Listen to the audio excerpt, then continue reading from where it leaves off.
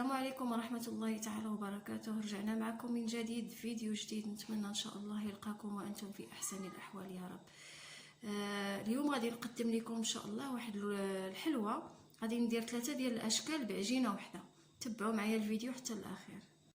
اذا المقادير اللي غادي نحتاج لتحضير الحلوى: عندي هنايا الدقيق الخاص بالحلويات، عندي 2 خمارات حمر من فئه 8 غرام، 2 بيضات، 125 ديال الزبده، كتاخذوا الزبده اللي بغيتو. عندي هنايا 2 معالق كبار ديال المايزينا اولا النشا. هنايا عبرت بالكاس ديال العنبه، عاد وخويت في الزلافه كاس ونص ديال الزيت. بعبار كاس العنبه كيعطيكم تقريبا زلافه. كاس ونص ديال سنيده طحنتها واحد شويه، عطات تقريبا زلافه. واحد الفاني. غادي نحتاج هنايا باش نزوق الاشكال ديالي ديال الحلوى. هنايا عندي الشوكولات ديال هذه الفيرميسيل ديال الشوكولات، وعندي هنايا الكوك. والشكل الثالث غادي نزينو غير بسنيده. اذا هنايا غادي نبداو على بركه الله في تحضير الحلوى ديالنا. درت هنايا الزبده اللي قطعتها هكا مربعات. ما نساوش واحد القبيصه ديال الملح. غادي ندير الفاني. هنايا كتنكهوا باش ما بغيتو. ندير السكر. هنايا الا بغيتو تنقصوا من كميه السكر راه كتنقصوا منها، لحقاش الحلوى عاد غادي نزيدوا لها الشوكولاط، وغادي نزيدوا لها سنيده، وغادي نزيدوا يعني غادي تجي حلوه بزاف.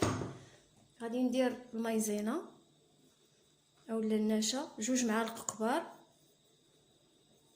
وغادي نعجن مزيان هاد المقادير ونرجع معكم. في هنايا من بعد ما خلطت الزيت مزيان انا زدت البيض وخلطت مزيان حتى كنحصلوا على هاد العجينه. هذه كتكون كريميه. هنا من الاحسن منين نبغيو نخدموا الحلوى خاصنا نخرجوا الزبده بكري من الثلاجه باش تعاوننا في الخدمه. دابا غادي نبدا كنضيف في الدقيق الخاص بالحلويات. غادي نبقى نضيف شويه بشويه، وغادي نضيف الخميره ديال الحلوى. اما نديرو 2 من فئه 8 غرام، ولا ما بغيتوش ديروا 2 كديروا وحده ونص. انا غادي ندير 2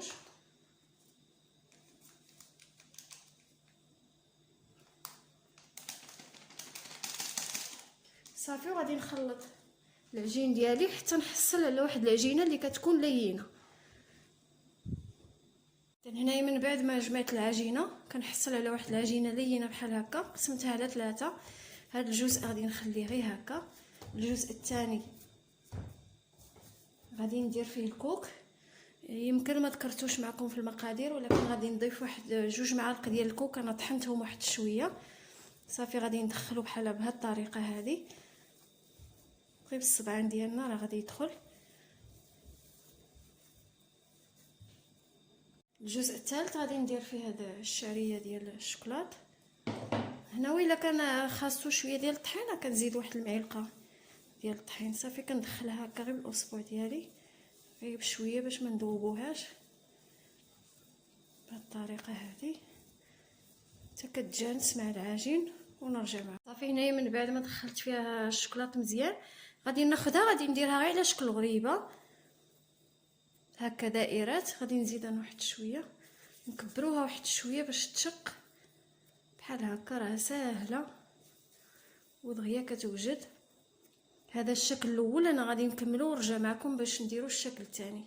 صافي هنا كملت الجزء الاول، والجزء الثاني اللي ما درت فيه والو حتى هو درتو هكا على شكل كويرات. وخديت سنيده غادي نبقى ندير فيه هكا الوجه ديالو بهذه الطريقه هذه. راه ساهل وكيجي زوين. وكناخذ الطابع كما بغيتو الطابع كديروه، وكنرشم بحال هكا على الوجه ديال الحلوى بهذه الطريقه هذه. وكنستفها في الطاوه ديال الفران ونخلي حتى نكمل كلشي ونرجع معكم.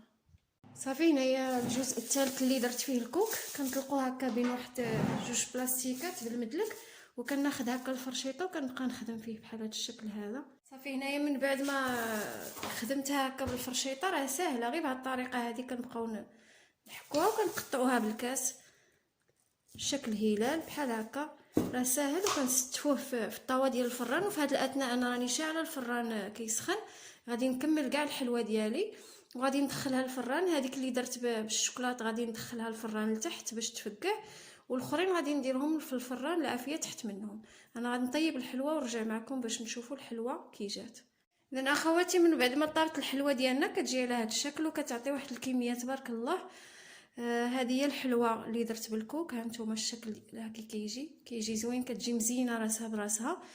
وهذه بحال شكل غريبه بالشوكولات، وهذه اللي زيناها بسنيده وبداك الطابع. نتمنى ان شاء الله الاشكال ديال اليوم يرقوكم وتجربوهم وبالصحه والراحه، ونخليكم الفيديو اخر ان شاء الله. مع السلامه.